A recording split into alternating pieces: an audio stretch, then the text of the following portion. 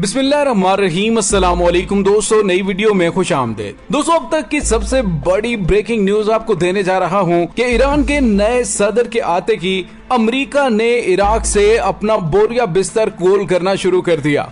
America ने मशरिक वुस्ता से बड़े पैमाने पर इनखला करना शुरू कर दिया है। दोस्तों, आखिर ऐसा क्या हुआ है जिसकी वजह से वो अमेरिका जो कह रहा था कि अमेरिकी अफवाज इराक के अंदर डटी रहेंगी और खित्ते में मौजूद रहेंगी, अब वो वहां से अपना एयर डिफेंस सिस्टम भी निकालना शुरू हो गया है। वीडियो की तफसील में जाने से पहले आप देख रहे हैं हकीकत की दुनिया डॉक्टर अली के साथ। हमारा चैनल सब्सक्राइब करके घंटी के निशान को दबाना मत भूलिएगा।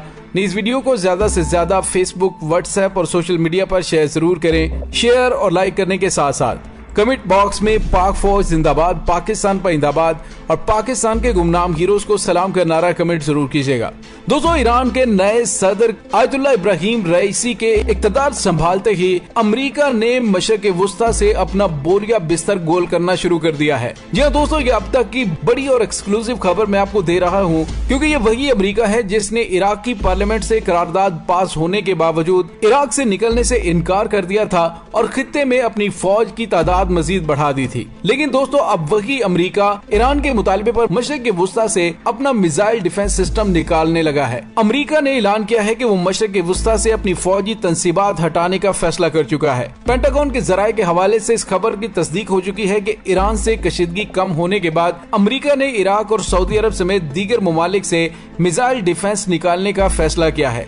अमेरिका की तरफ से ये फैसला ईरान की तरफ से आयद की गई शराइत को मानते हुए किया गया है। दोस्तों, वाशिंगटन तेहरान के साथ जल्द ही जौहरी मुआहदे में दाखिल होना चाहता है, इसीलिए अमेरिका ने मशरिक वुस्ता से फौज को कम करने के साथ साथ मिसाइल सिस्टम भी हटाने का फैसला किया है। दोस्तों, यहाँ पे आपको ये बताते चलें कि अमेरिका के 150 ममालिक में 1,60,000 से ज्यादा फौजी अफसरान और एहलकार तैनात हैं। इराक और अमेरिका में बेशतर एयरबेस बंद होने के बाद दुनिया के 70 ममालिक में अमेरिका की 800 एयरबेसेस मौजूद हैं। इसके बरखलाफ रूस, बर्तानिया और फ्रांस की अपनी कॉलोनियों में सिर्फ 30 एयरबेसेस मौजूद हैं। अमेरिका के दिफाई हल्के तस्दीक कर रहे हैं कि पेंटागन चीफ ने सऊदी वलीअहद से फोन पर राबता किया है और वाशिंगटन ने रियाज को बताया कि बहुत जल्द सऊदी अरब से अमेरिकी एयर डिफेंस सिस्टम हटा दिया जाएगा।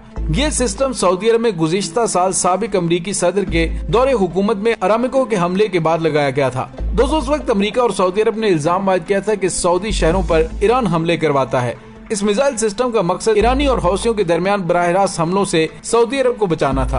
अमेरिका के दिफाई हलकों का कहना है कि अमेरिका ईरान से अब कशीदगी नहीं चाहता, इसलिए मशरिक वुस्ता में ईरान की शराइत पर फौज में भी कमी लाई जा रही है। दोस्तों, 3 जनवरी 2020 को बगदाद एयरपोर्ट से निकलते ही ईरान और इराक के 2 अहम कमांडरों को अमेरिकी सदर डोनाल्ड ट्रंप की मां पर शहादत के बाद ईरान ने अपने अंदाज से इंतकाम लेने का ऐलान किया था और इराक की पार्लियामेंट से इत्तफाक राय से अमेरिकी फौज को इराकी सरजमीन छोड़ जाने के लिए कहा गया। इराकी अवाम अमेरिका के हाथों जिस तरह का कत्लेआम का समुद्र अबूर करके आए हैं, उसकी मिसाल पूरी तारीख में नहीं मिलती।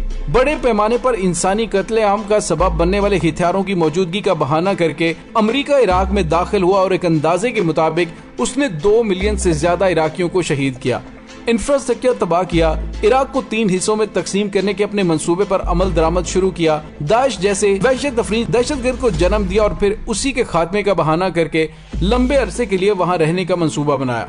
वहीं से शाम में दाखिल हो गया और इराक कुर्दिस्तान को अलग मुल्क बनाने की साजिश की। दोस्तों, सारी कारस्तानियों का मकसद इसराइल को मजबूत करना और इसके इर्द गिर्द मौजूद मुस्लिम ममालिक को मजीद कमजोर करना था। इसी दौरान जब दाइश ने इराक के वसी खित्तों पर कब्जा कर लिया तो इराक के सबसे बड़े मजहबी और मौसर तरीन रहनुमा आयतुल्लाह सिस्तानी के हुक्म पर अवामी रजाकार फोर्स कायम की गई, जिसे अरबी में हशदुल शाबी कहा जाता है। दोस्तों, इराक के शिया सुन्नी अवाम के अंदर इस रजाकार फोर्स ने इत्तेमाद की रूह फूंक दी और बड़ी तादाद में तरबियती मराकज तक पहुँचे। फिर इस रजाकार फोर्स ने दाइश से अपने इलाके खाली करवाए और बुनियादी किरदार अदा किया।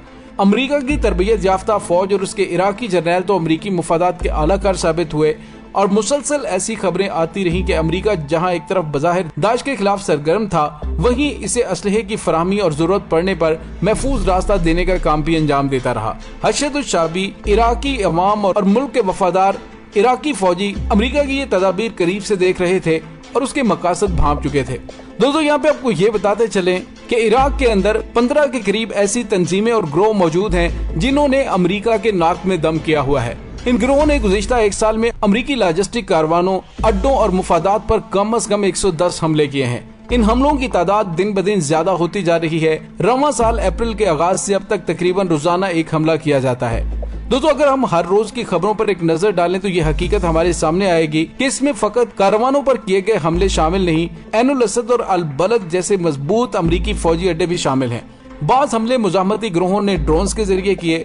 2 दिन पहले बगदाद के करीब एक अमरीकी अड्डे के पास किए गए हमले के नतीजे में 4 अमरीकी फौजी मारे गए। यूं पता चलता है कि जूं वक्त गुजर रहा है, अमरीका के लिए इराक में रहना मुश्किल ही नहीं बल्कि जिल्लत अमेज होता जा रहा है और इसी वजह से इराक से अमरीकी फौज ने निकलने का फैसला किया है। और दोस्तों, अमरीका की मुश्किल सिर्फ इराक से निकलना ही नहीं है बल्कि इराक से शिकस्त की हालत में निकलने का असर पूरे खित्ते में अमरीका की मौजूदगी और उसके फौजी इंफ्रास्ट्रक्चर, अड्डों और बहरी बेड़ों पर पड़ेगा।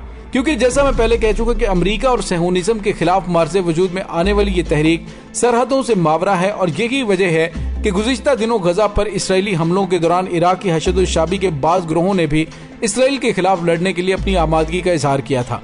जहाँ तक कि यमन की इंसारुल्लाह ने भी अपना किरदार अदा करने के लिए वाज़ेह ऐलान किया है। ऐसे में ये पेशगोई की जा सकती है कि अमेरिका का अब इस खित्ते में रहना अमरीकी साख को मजीद नुकसान पहुंचाने का सबब बनेगा। दोस्तों, दूसरी जानिब ईरान के नए सदर जो कि खालिस्तान एक सख्त मजहबी अकीदा रखने वाले इंसान है, इसी वजह से अमरीका को खदशा है कि आने वाले दिनों में उसके मुफादात पर होने वाले हमलों में बड़े पैमाने पे इजाफा हो सकता है। और दोस्तों, यहाँ पे आपको ये भी बताते चलें कि अमेरिका जो अपने असलहे की वजह से अपनी मईशत को चलाता है, हालिया दिनों में उसके एयर डिफेंस का कच्चा चट्टा ईरानी प्रॉक्सीज ने खोल कर रख दिया है। वो ममालिक जो अमेरिका का पैट्रियट एयर डिफेंस सिस्टम इस्तेमाल कर रहे थे, उन्हें अंदाजा हो चुका है कि जो अमेरिका अपनी फौजी बेसिस को ईरानी प्रॉक्सीज के बनाए हुए इंतहाई आम हथियारों को नहीं रोक सकते, वो जदीद तरीन मिसाइलों का मुकाबला क्या करेंगे। जिस तरह से हशद शाबी ने इराक में अमेरिकी फोर्सेस पर हमले किए और उसमें होने वाले बड़े पैमाने पर नुकसानात की तफसील भी सामने आ चुकी है, उससे पता चलता है कि अमेरिका का एयर डिफेंस सिस्टम खित्ते में नाकाम हो चुका है। दूसरी तरफ यमन के इंसारुल्लाह की जानिब से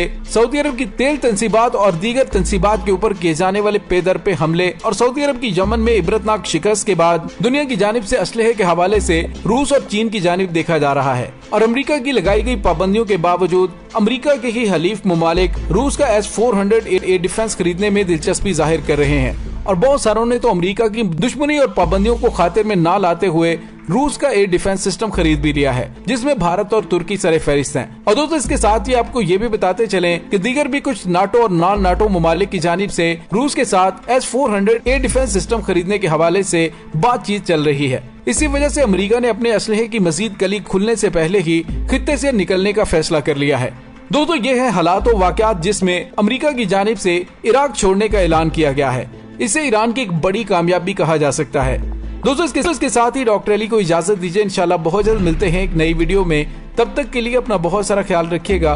पाक फौज जिंदाबाद, पाकिस्तान पाइंदाबाद, पाकिस्तान के गुमनाम हीरोज को सलाम, अल्लाह वारिस।